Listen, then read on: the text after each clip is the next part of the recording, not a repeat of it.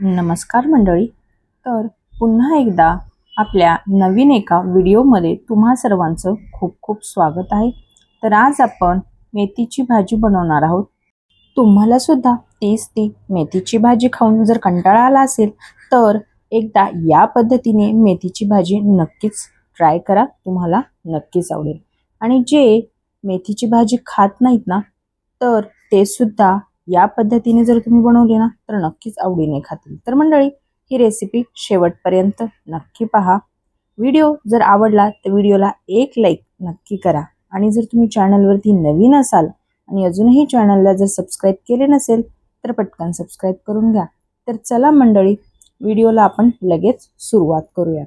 तर इथे मी मेथीची भाजी स्वच्छ अशी निवडून घेतलेली आहे आणि आपल्याला त्याला एक 2 ते 3 पाण्याने चांगलं असं स्वच्छ धुवून घ्यायचं आहे, जेणेकरून या भाजीमध्ये भरपूर प्रमाणामध्ये माती असते.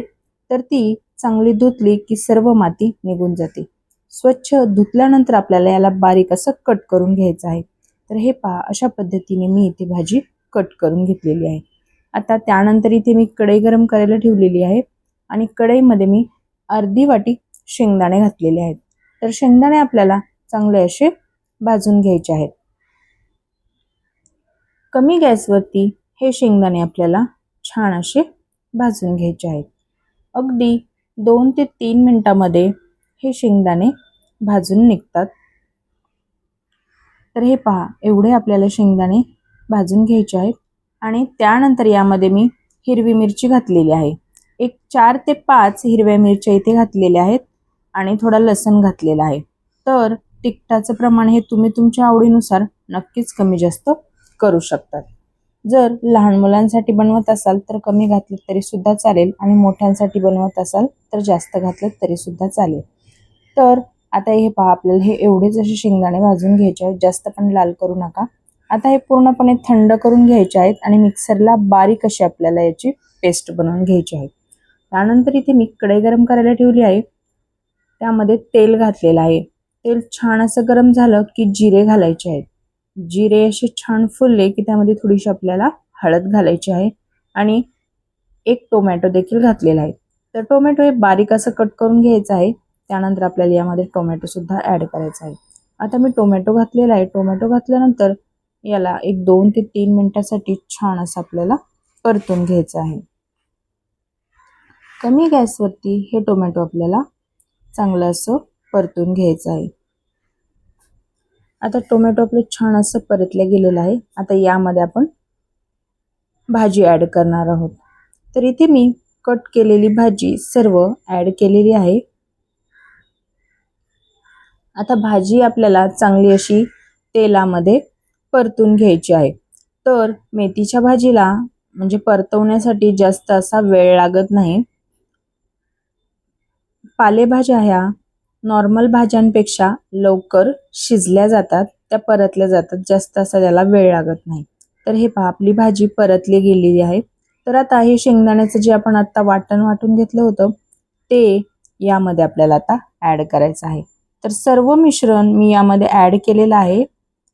या भाजीसोबत आपल्याला हे मिश्रण चांगलं असं परतून घ्यायचं आहे.